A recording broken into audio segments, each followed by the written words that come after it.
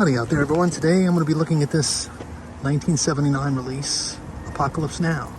And this is the so-called final cut by Francis Ford Coppola. And of course, this is the 4K Blu-ray release by Lionsgate, and it looks absolutely scrumptious.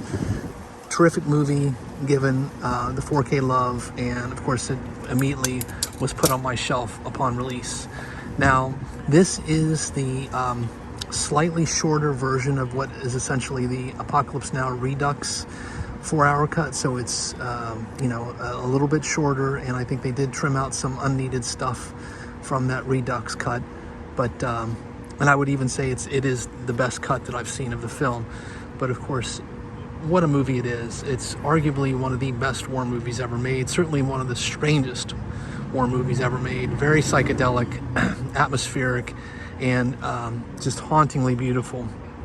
And of course, stars Martin Sheen, who just so happened to get this film by way of Harvey Keitel being sacked a week or two into the production, and Martin Sheen ended up coming in as a replacement, and he did a terrific job.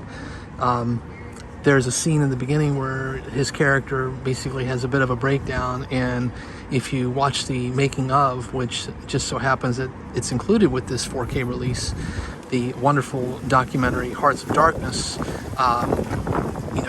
directed and lensed by Francis Ford Coppola's wife, you'll learn about just how difficult the filming was for Marty. At that particular time, he was going through some stuff, and it was bleeding out into the filming of this movie, and it certainly fit and suited the art, but it brings a new perspective. As you watch that sequence, you realize that he really wasn't acting.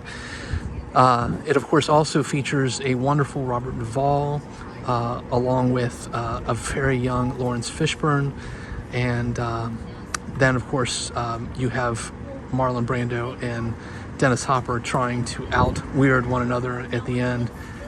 Both are just as you would expect, and despite the fact that it was quite difficult apparently to direct those two, I think the end result is very good. So he was able to squeeze out good performances from both.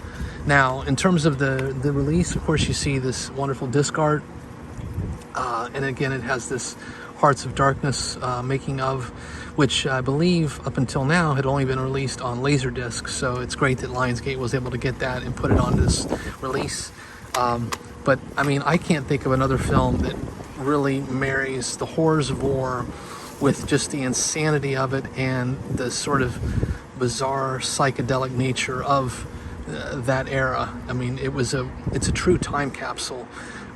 There are other films that depict war, I think, as effective, if not more so. Some that come to mind include Come and See, which is one of my favorite war films, although not one I really want to ever watch again. It was just incredibly haunting. But this film I have watched several times, and it also kind of obviously makes an impression on the viewer, and is not an easy watch. It's not like it's entertaining as much as it is just remarkable in terms of a piece of art.